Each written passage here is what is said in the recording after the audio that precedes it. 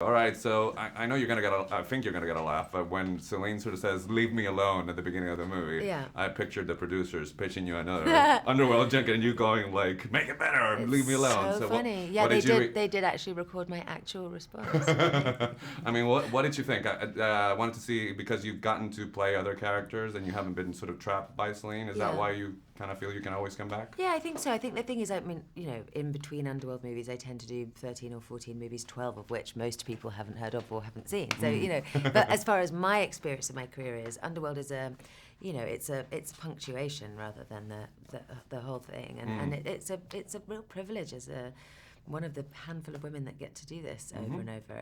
I feel really lucky. Yeah, we're lucky too. The movie kicks ass this time Thank around. you. Did it make a difference having a woman collaborator and behind the camera at all, or do you think? I mean, yeah, go ahead. not having met her in male form, I don't know what would be different if she was a man. You know what I mean? But in terms of her, it felt really appropriate at this point in the franchise to have a female director, and I think what she was really great. She really developed the supporting female characters, and also she was pretty outraged that we've never seen a female like. And before, I think all our other directors were a bit scared that they might be ugly, But That's interesting. It was really good that she. The thing that I found is that the movie is kind of gorier. I mean, women and I know, tough. yeah. I'm married, I know. Yeah. But I mean, how did you? I mean, obviously it's make believe, but I mean, are you squeamish about it all? Because I mean, Celine ends up. I don't want to give it away, but there are certain things that I was like, I was part of that actual idea. Like that's You how are? sick and twisted I've become. I was a nice person before I did these movies.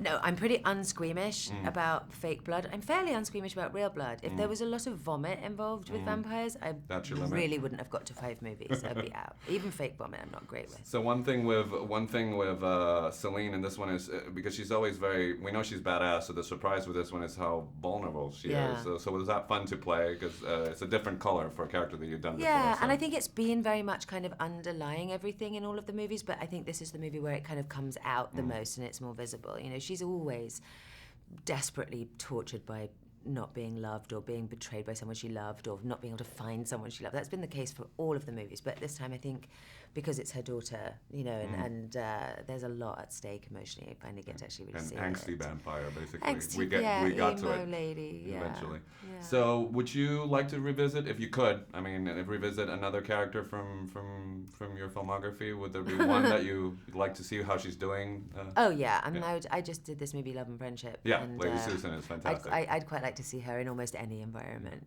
I would be curious to see your girl in Serendipity to see what happened. I know that'd be nice to check up on her. I hope she's not just living in an apartment with 100 cats. I fear she might be. That would be a whole different movie. That might be an interesting, really depressing sequel. I think we should do it. There you go. We're gonna pitch it right now. Would you be ever interested in not playing Celine, but given that you've been an integral part of of making this a franchise, to sort of jump behind the camera and direct one yourself, even if or you never? No, never. I would never want to do that. Why never directing? I think if I was going to direct a movie, I just probably want it to be Underworld. I feel like I feel like a lot of those kind of decisions have already been made. If I was going to actually finally do it, I'd probably want to create my own universe. Okay, that sounds good. Yeah. So it's not necessarily the sort of the responsibility of directing that puts you off. It's just the creativity aspect of it. No, it's not that. It's just that it's the particular material. Like I've done 4 of these movies. I'd rather do one that nobody had done yet.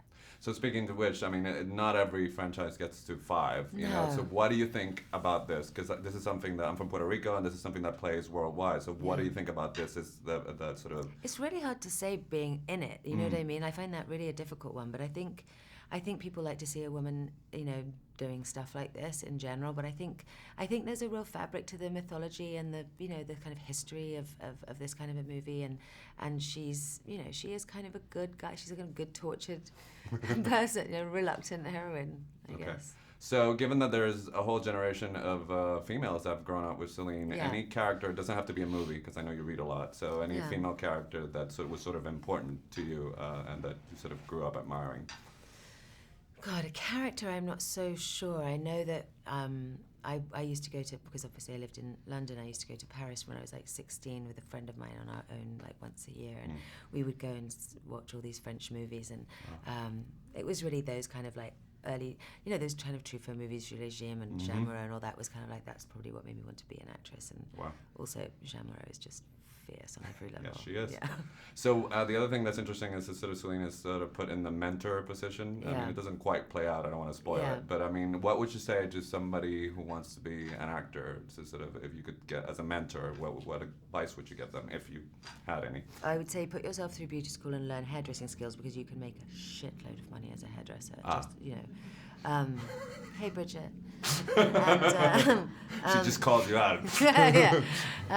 But no, I would say read a lot and go to a lot of theatre and go to a lot of plays and watch a lot of movies and, like have interests in other creative things as well because it all feeds into the part. Okay, well, that's it. Pleasure talking to you. And you. Nice to see you again. Nice to see you too.